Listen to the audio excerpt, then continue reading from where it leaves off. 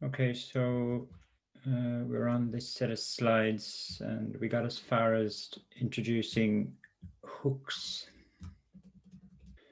And hooks were introduced only about a year and a bit ago, although the kind of things you can do with hooks, you could always do with React. It was just a different programming model that you had to achieve it with. So hooks are simply just functions that you can call from within your React components. And the purpose of these functions is to allow you to control the state associated with a component if it has state. By the way, a component can only control its own state.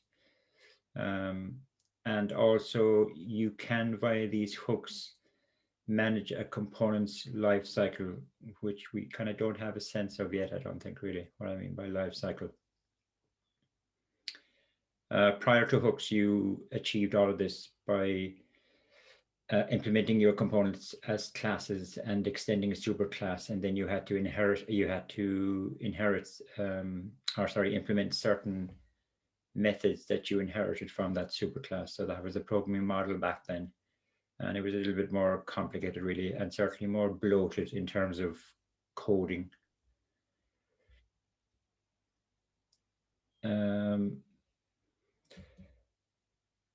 All of these hook functions all begin with the prefix use, and that is simply to allow the transpiler to check that you are using the hooks properly at a very basic level now, though. By that, I mean, you can only, as I said the last, I think this is roughly where we finished up, you can only call one of these hook functions from within the top level within your component. In other words, you cannot call a hook from within the body of an if statement, for example. So that will break the transpiler, or the transpiler will throw a kind of fatal error if you try to do that. Other than that, really, there's no other limitation as to how you use these hooks. Obviously, they only make sense if you call them within a React component. That goes without saying, I guess. We've seen one of the hooks already, the useState hook, which is certainly the most commonly used one. The second most commonly one is the useEffect hook, and the useEffect hook allows you to program side effects from within your components. We know that a side effect is where a component, or well, in general, a side effect is where a method or a function tries to either do a kind of a read or a write operation outside of its own scope. That's another way of kind of thinking of side effects, although side effects can be a little bit broader than that, but that's a simple way of thinking about it. In the context of React components, the most common use case for this useEffect hook is when a component wants to make a web API call, because it's essentially doing a read operation from data that is outside of its own scope, and it's not any props. The second one then is a kind of an example as well. If you want a component to react to some sort of browser event that's not really native to the component, like resizing the window. Hooks, the useEffect hook, its signature is you give it a callback and you give it what's called a dependency array. The callback contains the code that implements the side effect, whatever the nature of that is. Now, I'm saying here that, so like the question is, when exactly is the callback associated with the useEffect hook? When is it executed? And or how often is it executed? And so I'm explaining that here at the bottom.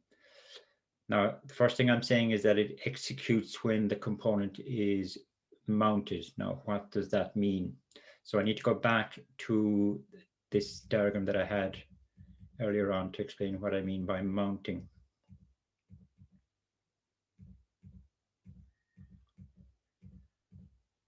Where was the diagram?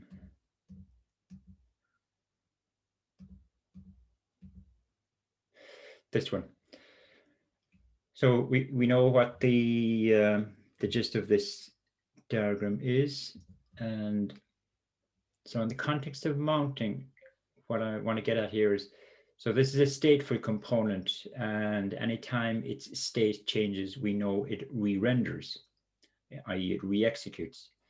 Now, it's quite possible in a particular, for one of its re-rendering, it may actually decide that this component should be inactive, and consequently its children should be inactive. By inactive, we mean it's detached from the virtual DOM and consequently detached from the virtual DOM. So whatever these components contribute to the UI, that part of the UI is now gone, disappears. Okay, and this will make that decision. You can actually, we know what the nature of this relationship is. It means that within the JSX of this, it contains references to this component. And you can make that conditional. And we'll see that happening in the labs. Okay, so effectively this component can decide at each re-rendering whether, for example, this component should be included in the DOM or not. Maybe this one is always included. They could both be optional, but let's keep it simple. So if currently this component is active and it's attached to the virtual DOM, and therefore it contributes to the real DOM, and therefore it contributes to the UI. As a result of a state change, now this decides that this is no longer active. So what we say is that this component is unmounted or detached from the DOM, and also these. Maybe later on, the user interacts again. This causes another state change. And for this state change, the component decides, well, actually, I want to make this component active again. So what we say in React terms is that this component is remounted. And all of this can happen, this mounting and unmounting can happen multiple times while the app is running in the browser. And the mounting and unmounting typically is as a result of the user, interacting with the app in general and causing a state change here. So this idea that a component within your hierarchy can mount and unmount many times during the execution time of the app within the browser. Now back to the use effect hook. So I am saying that the callback associated with a use effect, a component might have more than one effect. The callback is always executed when the component is mounted or remounted.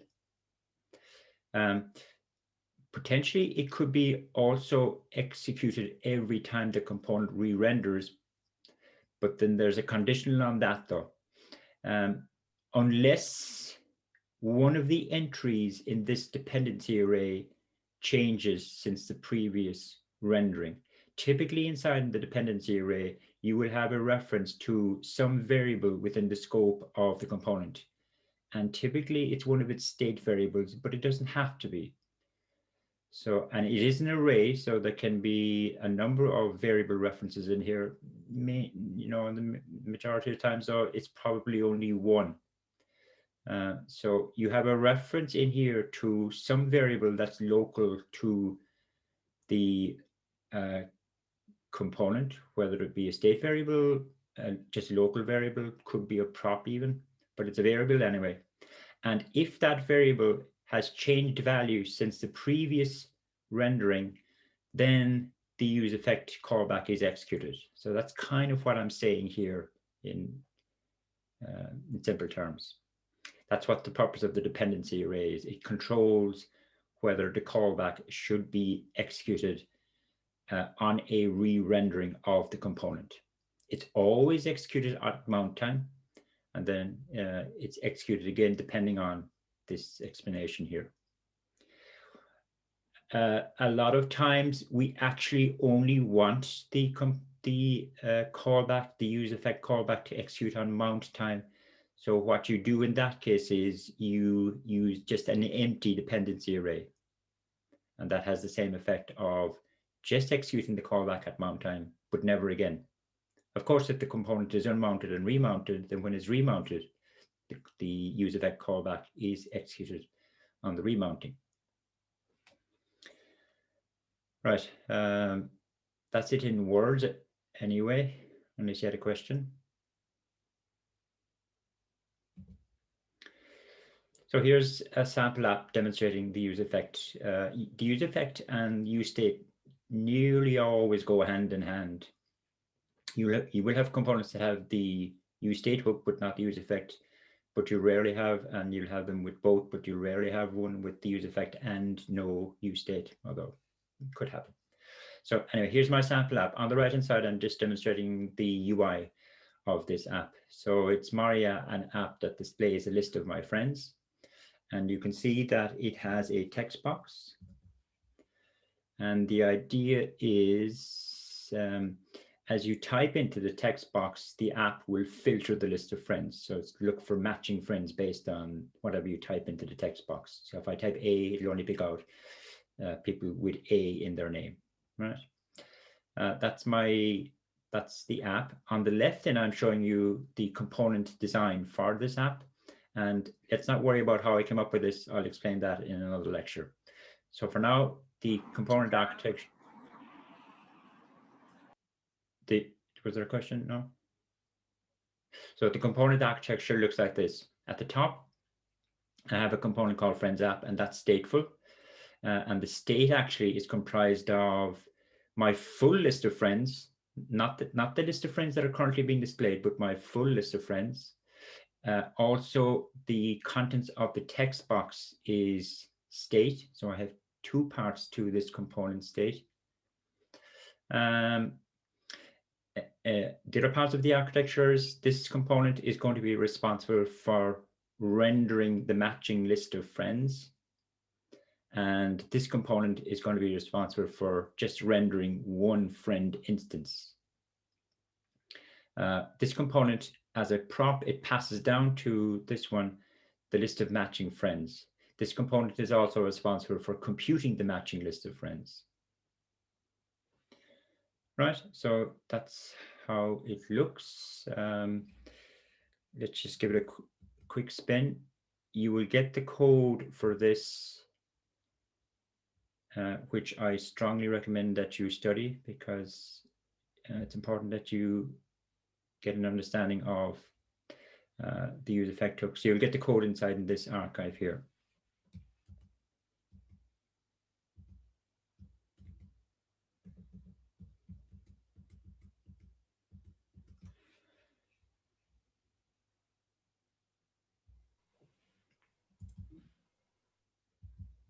And this is it here. It was built using the Create React app. So I'll just start it off.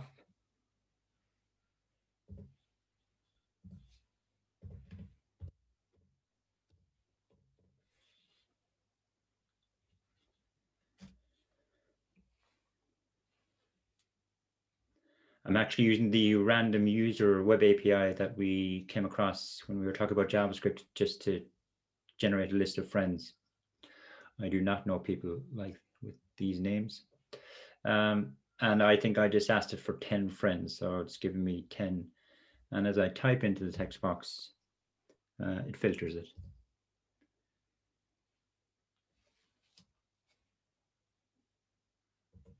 Okay, that's how it works.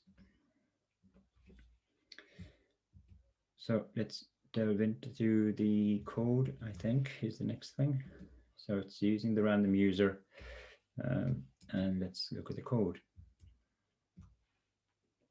Now we have the architecture, FriensApp component at the top, then the filtered friends list component underneath that, and then the friend component underneath that. So don't think there's anything interesting here. That's index.js, and it's just mounting the FriensApp component, which is inside in the app.js. I'll explain why I've got two app.js's in a second. So this is the component at the top of the hierarchy.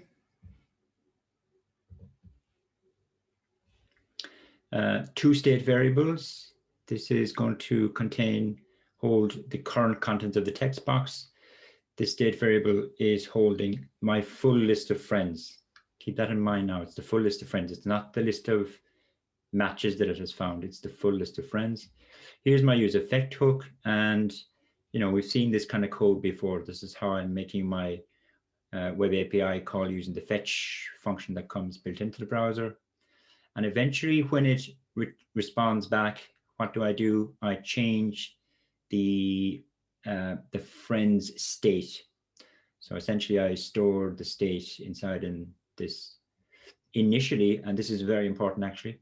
Initially, I set the list of friends to be the empty array. If you don't do that, then it'll actually throw an error, which I might explain in a while.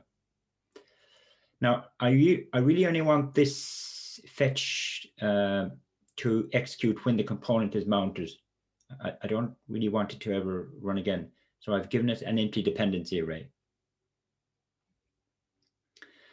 And then the rest is, this is where I'm just, well, this is where I'm computing my matching list of friends. So that's just, you know, I'm filtering over the full list of friends, looking for matches based on the current contents of the text box. That's really what's going on here. This is the event handler that executes when the user types into the text box. And so maybe if we just look at the JSX, here's the JSX, here's the text box. Here I'm associating an event handler with the onChange event, and the event handler is here. Event handlers, by default, they receive an argument, and the argument is the browser event object itself. Okay, and so don't worry about this line of code here. This is kind of boilerplate code that you should always have, nearly always have, at the beginning of each event handler. It's got nothing to do with hooks now or anything like that. You essentially want to, it kind of relates to just browsers and how browsers work in general. It's nothing got to do with React, but if I quickly try and explain, when the user, let's say, clicks on some part of a web page, and that, let's say it's a button, and that button is nested inside a div, and that div is nested inside another div. The event associated with clicking the button is linked to the button element within your HTML or within your DOM. But in fact, the way browsers work is they pass that event up to the parent DOM element and the grandparent DOM element. The event actually travels all the way up the DOM hierarchy, just in case there are event handlers higher up the hierarchy that also want to react to the particular event that has happened, right? That's the default behavior of browsers. What I'm doing here is I'm disabling that. So really, I only want when the user types into my text box, I don't want any other part of my DOM structure to know about that event because it doesn't need to know about it. That's really the effect of that line there. So it's boilerplate as I said. This is the more important thing from a React point of view. When the user types into the text box, I want to change the particular state variable associated with that, which is this guy here. So I change the state, and of course we know that when you change the state, the component re-renders, which means, and the only important part of the re-rendering is the list of matching friends is recomputed again. That happens every time. I've already explained that the use effect hook is out of the picture now at this stage because I've given it an empty dependency array. So as well, in terms of the JSX, we can see that I'm referencing filtered friends list as part of the FriensApp components JSX, and I'm passing down an argument or a prop to it, and the prop that I'm passing down to it is the list of matching friends that has been computed by this code up here. And if I look at that component, it's very short really. So it receives the list of matching friends, and here we go. We map over that list of matching friends, and we produce a friend component for each entry in the list. And I'm passing down, I'll come back to this as well in a second. I'm passing down to the friend component the actual friend details item there. We know, we have a sense of what the random user API returns. It returns back an array of objects where each object represents a user. That's effectively what I'm passing down to the friend component here. I'm passing down a user profile object. And finally, my friend component, that's what just generates it displays the friend's name and their email address. So there's nothing new here. There's nothing new in friend. There's nothing new in friends list. All of the new stuff is in the app.js, which has my friends app component. I'll pause for a second if there's a question, but I think there's almost too much going on there for you to grasp it right now. You definitely need to go back and look over it. No, okay. No, I said I'd explain a number of things in passing. Oh yeah, back to this one here, actually. Like we've seen this before, but you might ask, what's this all about? And to an extent, it's boilerplate, but it's just a React thing. If you have a React component that generates an array of React components, and essentially friends is going to contain an array of friend components. What React requires you to do is to essentially have a unique key associated with each entry in that array.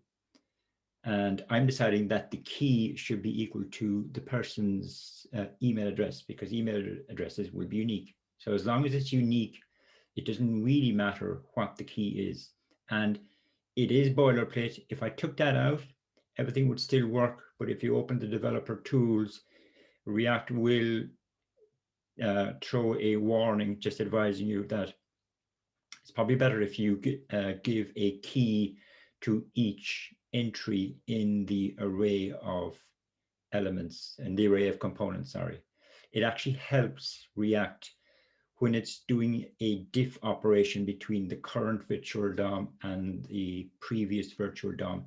It helps it to work out where are the differences. That's its role, but it has no effect really on how the component actually renders. It'll still render fine with this removed from it. Okay, that's that.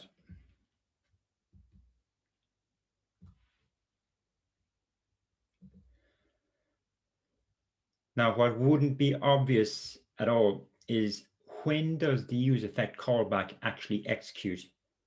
And it turns out that it executes at the end of a component's mount process. Now, you might think, you know, if I don't want to be flipping around from file to slides too much, but you might think when you look at the flow of control here, that when this component renders, this executes first, which it does, then this executes, which it does, then this executes, but it doesn't. This executes after it has rendered the component onto the screen first. In other words, after all this has happened. And that is very significant that you need to be aware of that. Now, what I'm doing, you notice there I've got console.logs. I've got a console.log here, and I've got a console.log here. And on the slide, what I'm showing you, or is this the slide? Yeah. What I'm showing you is when I open up my developer tools, this is the sequence in which the console.logs actually execute. So this happens, this is the console.log that the FriensApp component itself just displays. So that happens first. And then the console.log from the useEffect hook executes. So by the time this console.log has executed, something has rendered already. The component, the FriensApp component has rendered already. Now it doesn't have any friends yet though. I haven't received the friends from the web API. And you need to be conscious of that as the developer of the FriensApp component. So in other words, you need to ensure that your app can still run okay when you haven't received the array of friends from the web API. And the way I safeguarded against that was I said that my initial value from my full list of friends state variable was an empty array.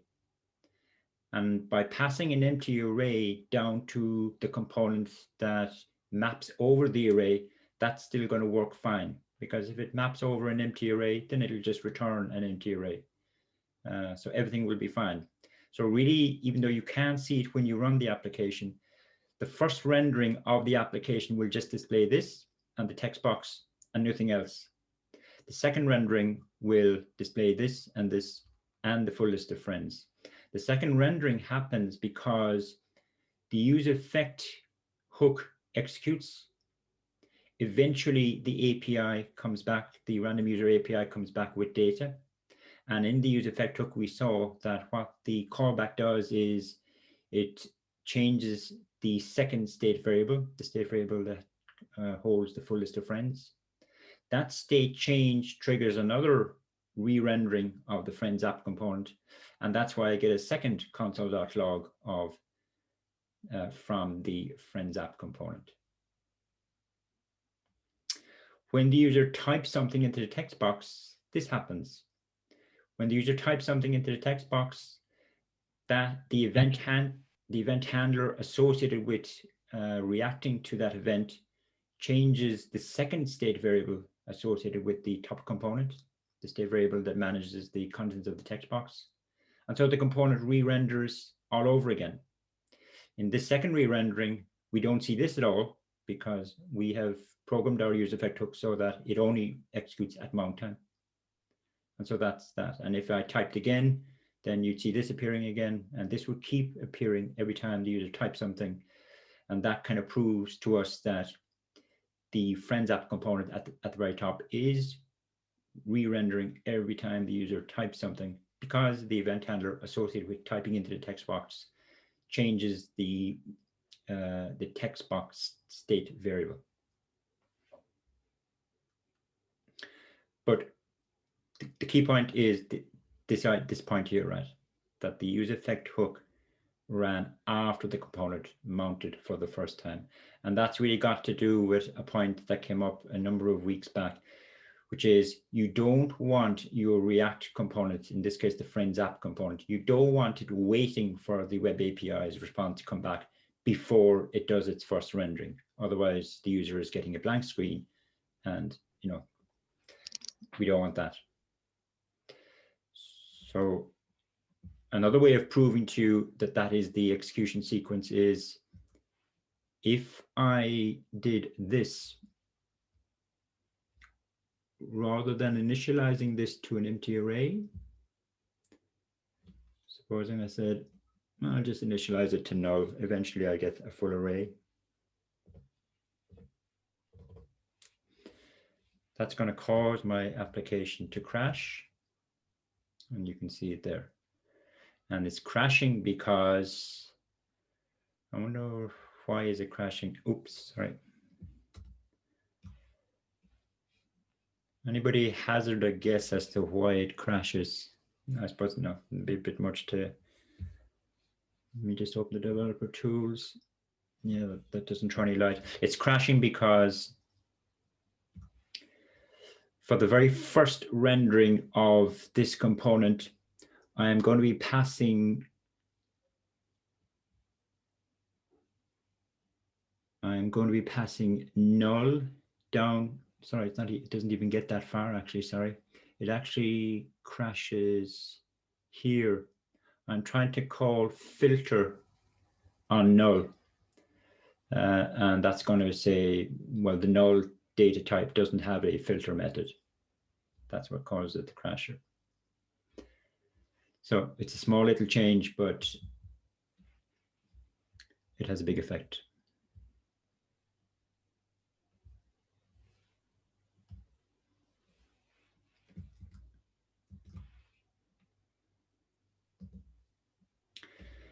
Now I've got a second version of this application, which is more complicated than the first one.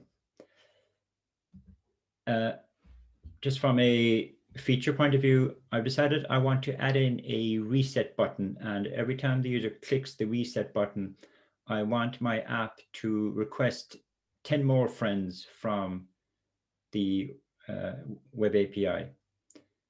And I want to display all of those 10 and do filtering on them. And as well, I actually want to, in the browser's tab, I want to display the number of matching friends that are being displayed on the screen. So that's another actual side effect, because writing something to the browser's tab is trying to write something that's outside of the component scope. So I've got two, so there are the two features, right? And what are the consequences of those two features of having the reset button and the tab writing? Well, it turns out I'm going to need a third state variable. And the third state variable is going to kind of record the fact that the user has hit the reset button. Every time they hit the reset button, I want to record the fact that they've done that, because my component is going to need to react to that. Now, the way I've decided to do it is the particular state variable that represents the kind of the state of the button will just go from true to false and oscillate between the two. And whether it goes from true to false or false to true doesn't make any difference. It means that the user has hit the reset button, and my application needs to make a new request to the web API for 10 more friends. I'm not holding on to the previous 10 friends, by the way, just for simplicity's sake. I just wiped the previous set that I got and change it to the new set that I get back. Now, from a coding point of view, that means that I am going to have two side effects within. This all relates to the component at the top of the hierarchy now. The other components aren't changed. So there's two side effects now. The one that we had before, making the API call, but the second side effect is writing to the browser's tab.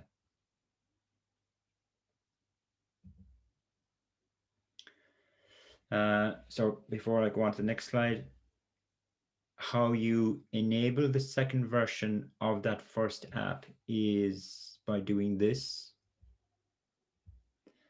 So the app2.js has version 2. So you simply go into index and change this to app2. And it'll do a retranspilation. And if I go back to my browser now, here's the new form of the app. And you can see now, as I keep hitting the reset button, the list of friends keeps changing. And then the text box just works as before.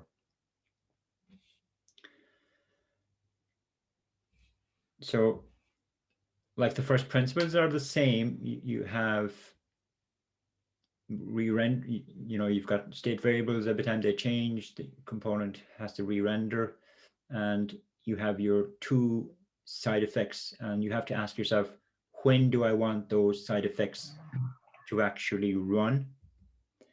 And maybe you could ask yourself that before you start coding. But it turns out now that the side effect that makes the API call, well, it's always going to run on mount time, but when is it going to run subsequently?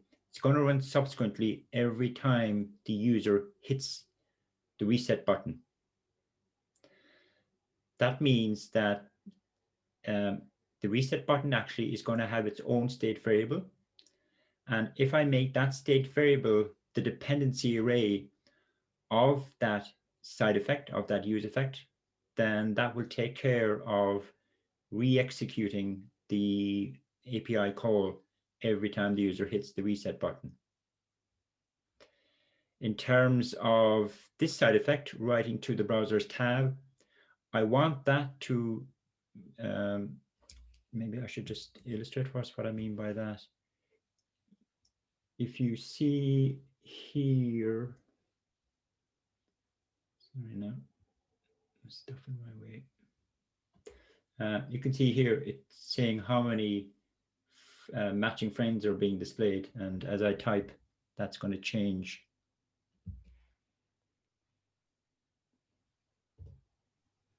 Yeah, so that's what I mean by writing to the browser tab.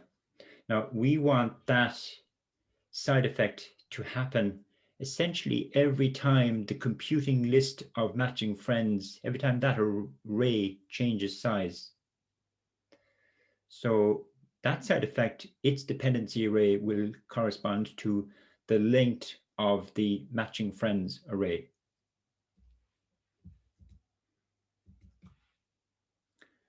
And so if I look at the code, that's really all that's new inside an app2.js. So I have my additional state variable, which, you know, I've just arbitrarily said I'll initialize it to true. And it, as I said, it'll just keep oscillating from true to false. But every time it changes, whether it be from true to false or false to true, I want to make a web API call. Here's my web API effect, and here is its dependency array. So it's saying it's dependent on this variable changing from what it was in the previous rendering. And of course, it's really referring to this variable here. So as I said, for the third time, whether it goes from true to false or false to true, that will be a change in the dependency array, and that will trigger making a new fetch call to the web API. Here's the other side effect. This is actually pretty old coding. I'm actually using the DOM API, the native DOM API, to write to the browser tab. So, you know, just take that as read. That's how you do it. But from a React point of view, this side effect, its dependency array is based on the length of filtered list, and filtered list is oh, here it is here. Okay, it's the computed list of matching friends. We had that code in the previous example. The only reason the physical location of this use effect, just put in a few spaces there to make it a little bit easier for us. The only reason this use effect has to be physically here, and it can't be sort of, I couldn't move it up to here. You might think it'd be nice to just have all the use effect hooks beside each other. But the reason I need to actually push it down here is because it's referring to this variable. So it has to appear after wherever that's declared, which happens to be, you know, right here. That's just by the way. It's kind of natural that you would put all your state variables at the top. That would be a common thing to do. And other than that, nothing else has changed. The JSX is still the same, and the filter friends list is still the same, and the friend component is still the same.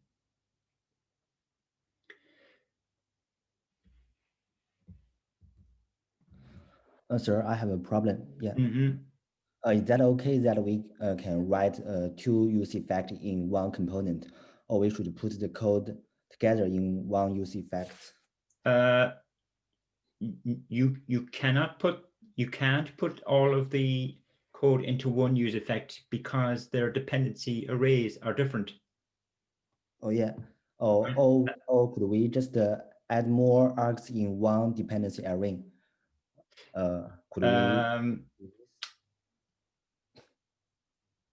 you kind of could, but then you're inside in the actual callback, you're going to have some sort of statement which is checking to see, well, which of the entries in the dependency array changed, and if it's one of them, then make the web API call. If it's the other one, then the other one where. So I suppose you could, but I would definitely argue against it. It is clearer to keep them separate. It certainly would be clearer for somebody else reading your code.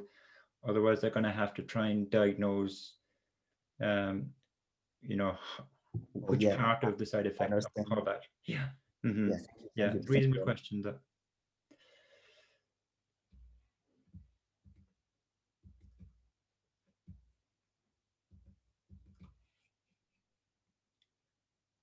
Now, like what this slide is saying in English is it's kind of trying to explain the whole flow in terms of the execution of side effect callbacks and state changes and what triggers what.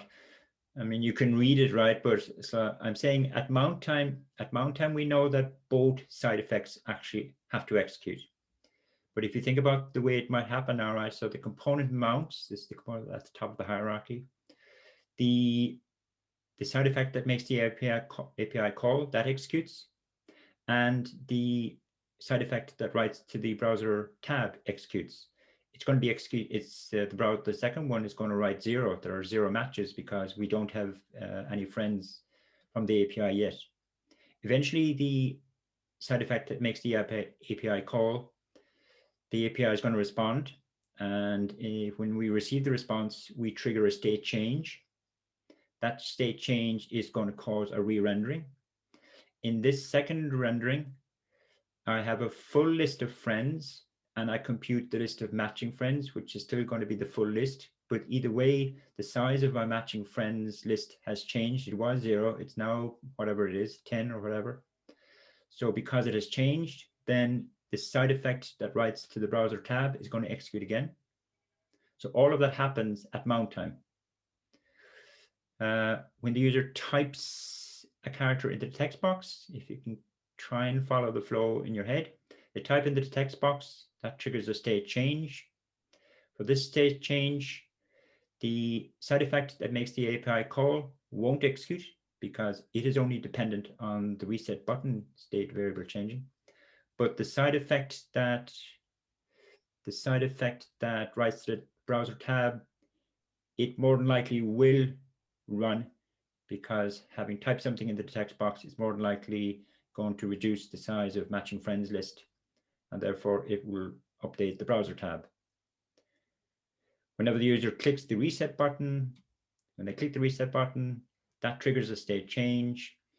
In the re-rendering that happens as a result, the side effect that makes the API call is going to execute because that side effect is dependent on the reset button variable, state variable changing. And that's about it. But of course, that side effect makes an API call. The API response comes back. When the response comes back, the app will update the state variable that holds the full list of friends. That's going to trigger another state change, another re-rendering, and on this re-rendering, the browser tab side effect is going to execute. So that's what I said in English there.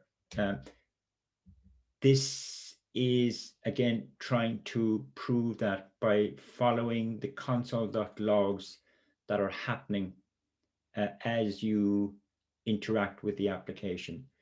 And so I'm not sure if talking over this is going to help you.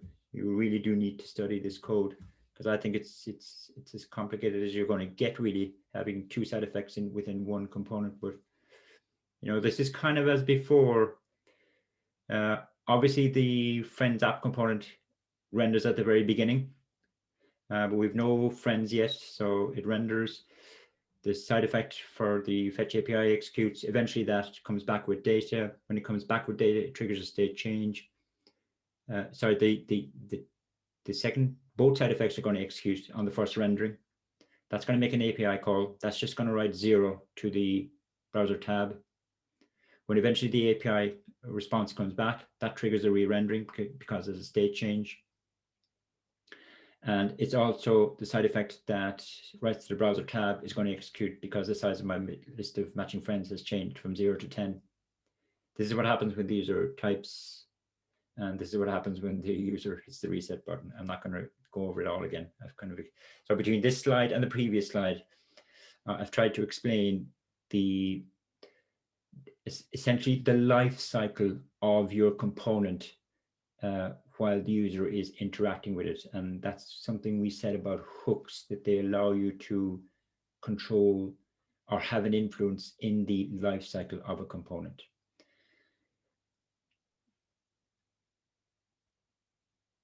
Right. Of course, all I'm showing you, if I go back, all I'm showing you here is how often the FriensApp component re-renders.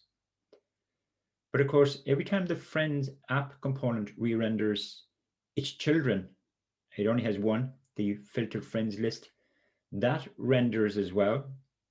And if that has received an array of friends, then each friend component renders. So if I just flip over to the code, and again, I would expect you to kind of play with this now to try and in your own time. I've put in console.logs into, well, I might have commented them out, but you can re-enable that console.log and re-enable the console.log here, and then start playing with the app and seeing those appear in the developer tools console. But you can see here kind of, I think in order to be able to fit it into one screen now, I think I reduced the number of friends that I requested from the web API to 6. So at mount time, the filtered friends, well, actually you can see here, right, the filtered friends list, and the filtered friends list component renders, but it has been passed an empty array, so we don't get any rendering of friend components at this stage here. Then this re-rendering of the filtered friends list, it happens because the responses come back from the web API. This is version 1 of the app now, for simplicity's sake. This is not the one with the reset button. So for this rendering, a full list of friends is actually going to be sent down to the filtered friends list because the user hasn't typed anything into the text box yet. And you can see here that we get a rendering of the friend component for each friend. And then when the user types something, we get this happening. So in terms of mounting and unmounting, so 4 friends have matched up here. 2 of them haven't, I think. So the 2 that haven't matched here, those components are unmounted. And I type another character, and a few more of the friends components are unmounted as a result of the matching list being recomputed. So there's a lot of, I've kind of already told you this anyway, this idea that once a state component, once its state changes, that component renders, but its children and grandchildren and all the way down re-render as well. And that's kind of confirming that fact now here.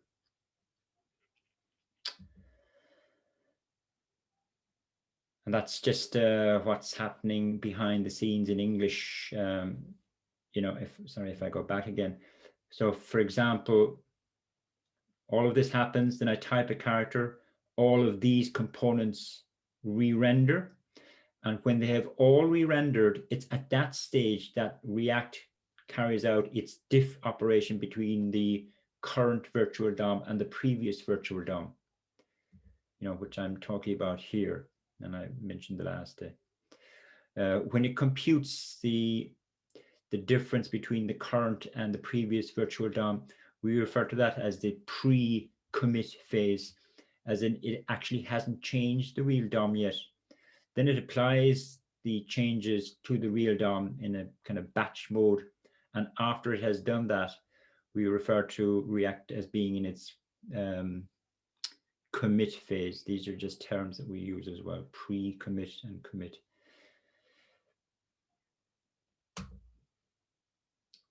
Where are we on time?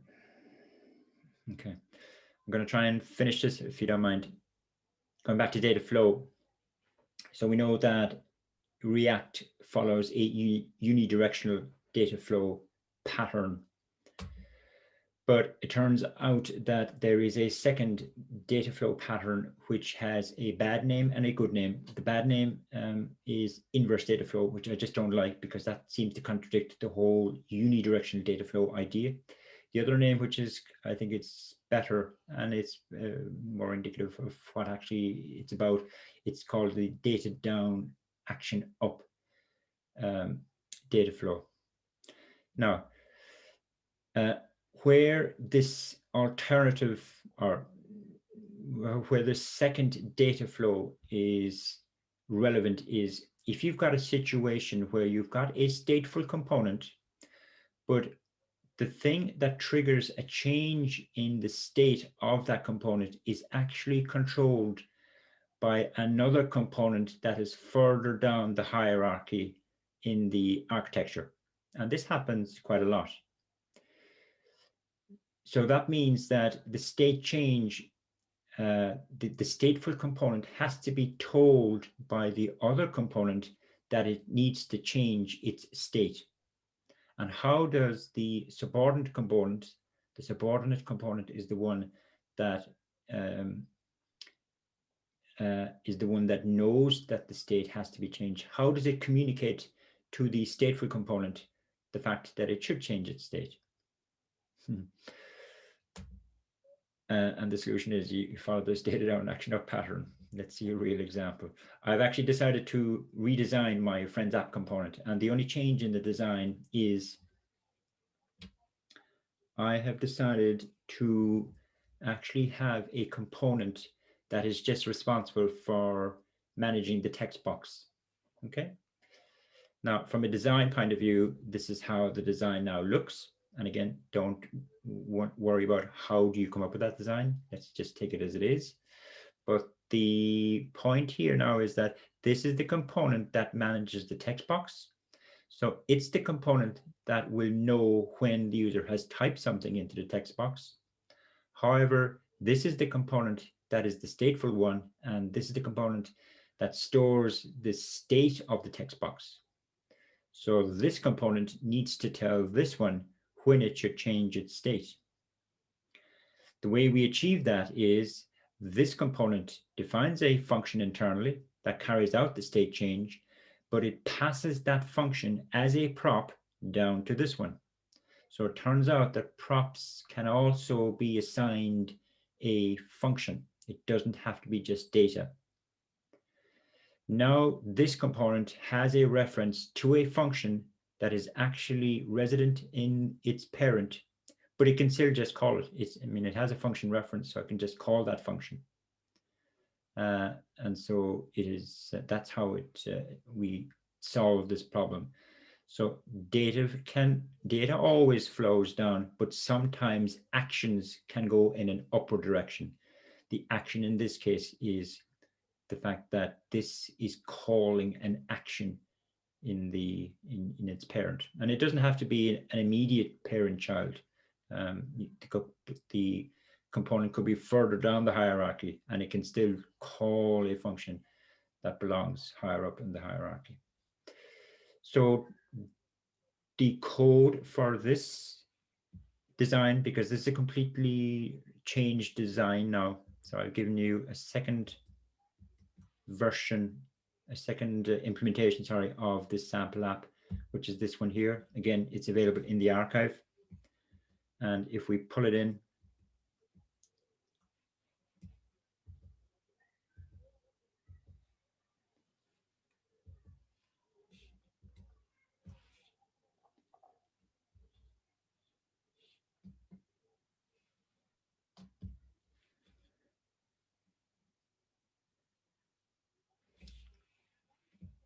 actually, let's do it.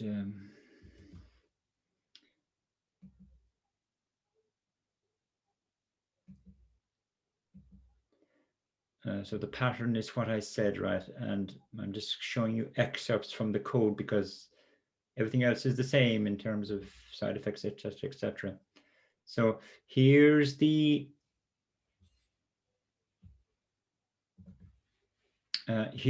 function that will carry out the state change, but you can see I'm actually passing that function down as a prop to this other component called searchbox. Searchbox is my component that manages the text box. Searchbox is as simple as that. Right, here's its JSX. And inside in searchbox, I have my my text box, and I've got the onChange event listener.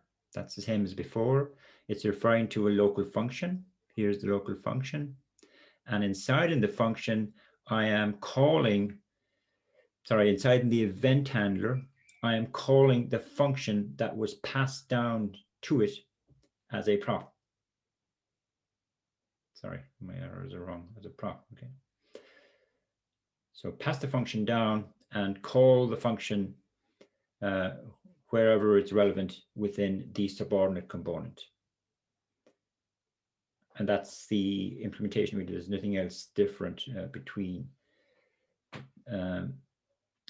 this architecture of the app and the other architecture. So again, just a pattern that we use quite a lot actually. So just be comfortable with that. So it's effectively, the effect of that line of code is to call a function from somewhere else in the architecture.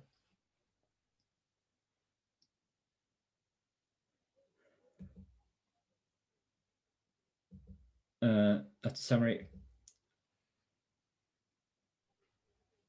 Just bear with me if you don't mind. Quick top up. The spread operator. I'm not giving you time for questions, I know, but just an ES6 thing, something called the spread operator, which is an operator there, I'm saying, that takes a collection data structure and spreads out its elements individually. And it's something that I'm using in the labs quite a lot, actually. So that's why I'm kind of covering it. So the spread operator is this triple dot operator. Let's see examples of it. It's used in a couple of different kind of use cases. So here's one use case where you would use the spread operator if you want to insert one array into another array, but the array that's being inserted, you actually want its elements to be scattered amongst the elements of the outer array, right? Now, here's how you would not do it. So I've got array 1 here, and I've got array 2, and you can see here I'm inserting array 1 inside an array 2. But the way that insertion works is like this, right? It actually makes the inner array an entire element in the outer array. Now that's okay if that's what you want, but if really what I wanted was, I want 3 and 4 to be just elements in this outer array. In other words, I want these elements to be spread out inside in this outer array. And so the way I do it is by using this spread operator, this triple dot operator. So by prefixing it with the triple dot, the effect that I get is that. That's one use case of the dot operator, of the spread operator. The second use case is if you actually want to make a copy of an array. I think this is how I use it once or twice. So again, I mean, you can look at the code really, but so I've got array 1 and array. Here's how a copy would not work. So I'm declaring array 2 here and assigning it to array 1, but really array 1 and array 2 are just both referring to the same physical array. So and to prove that, if I make a change to array 2, I push another element onto it. When I do a console.log of array 1, I'll see that that new element is actually in array 1. So that's clearly not a way of making a copy of an array. Here's how you would make a copy of an array using the spread operator. There are other ways as well. So the effect of this piece of code here is to tell the JavaScript runtime, take the elements of this array and spread them out in a completely new array.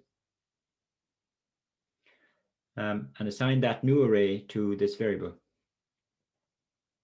And again, I'm proving it by, if I do a push onto array 3, then when I display array 1, it doesn't have that new element. So that looks like array 3 is a completely new element.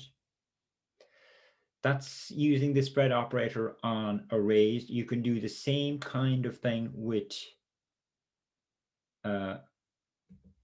objects.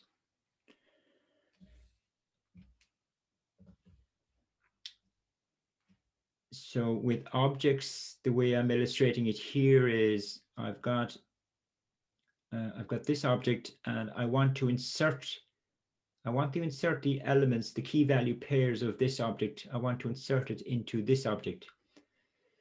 This is how it will not work though. If I do it like this, I'm just including the object reference here. When I do it like that, what I get is this result here, right? I get a new entry where the key is whatever the object name is, and the value is an inner object. And let's suppose that's not what I want. What I want is this, where the elements of the small object are spread out or scattered inside the larger object. And the way I do it is using the spread operator again. So the effect of that is to get this.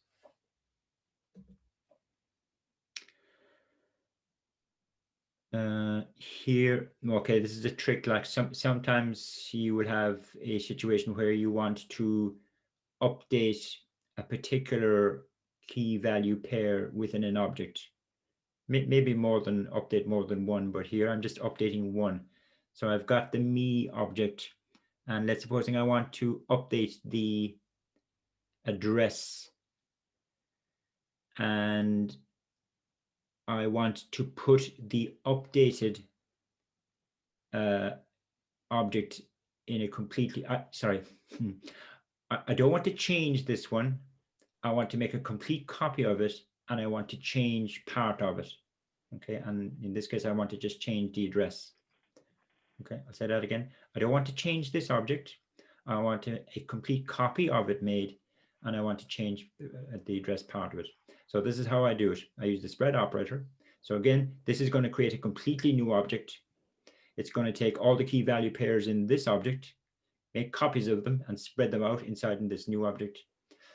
And because this object already has a key called address, then by repeating the key here, that has the effect of actually overwriting what is here. Like you can do that in general. If I had in this object here, if I had another key value pair here, which was address to Main Street, all inside the one object, then the way the runtime works is it takes the last occurrence of the key, and that's the occurrence that it puts into the object. So that happens in general. It's nothing to do with the spread operator. Anyway, so that's a way of making a copy of an object and also changing part of it. And you get confirmation here of what the console.logs produce. Now, the thing is, I've gone over time. I'm just going to keep going. I'm really sorry about this now, but I have to finish this stuff. The spread operator that we've used there has always been on the right-hand side of an assignment statement. You can also put it on the left-hand side of an assignment statement. And when it's used on the left-hand side of an assignment statement, it's often referred to as the rest operator rather than the spread operator. There is no operator called the rest operator, but it's really the spread operator being used on the left-hand side of an assignment statement. Here's an example.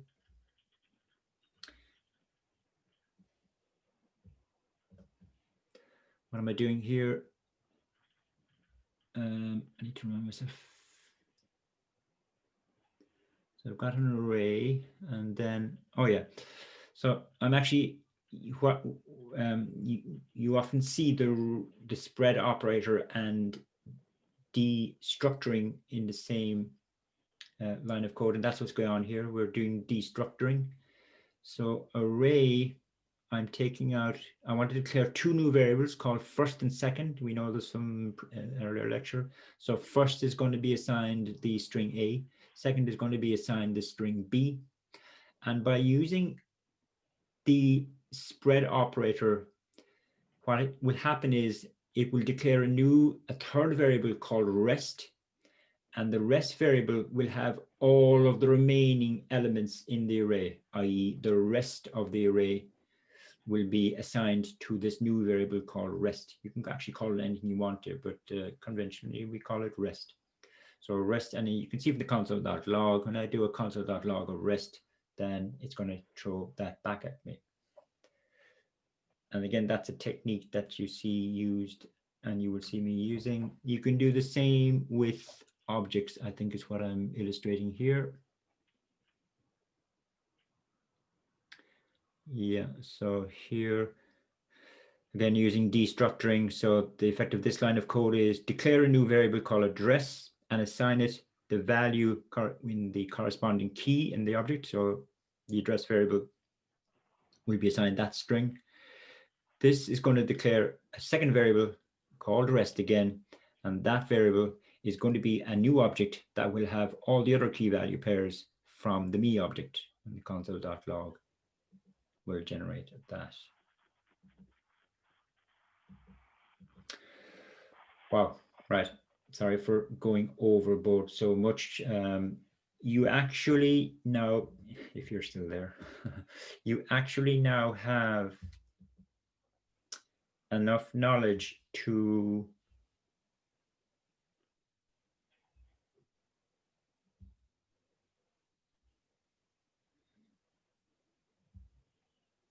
do this lab. And the understanding is that you can work on that next week. So we don't have a lecture on Monday. That's kind of really why I pushed on way beyond the finish time. We don't have a lecture on Monday, as people know, because it's a bank holiday. But this this version of this part 2 of the Movies app is going to be using state and effect hooks, and you know about those now. Although, as I have already said, you really should study the sample apps first before you start. I think before you start doing this, the sample apps now are in the previous section. They're not part of this archive here. There is another React feature being used in this lab, which is got to do with navigation or routing, which we haven't covered yet, but it's only a small part at the beginning of the lab. And I think you could kind of make sense of the code anyway. I give you the code, so it shouldn't impede on you working your way through this lab, I think. So there's 2 things you need to work on between now and when I meet you next. Study the 2 sample apps. I keep repeating that, but I think it's so important. And then have a go at this lab.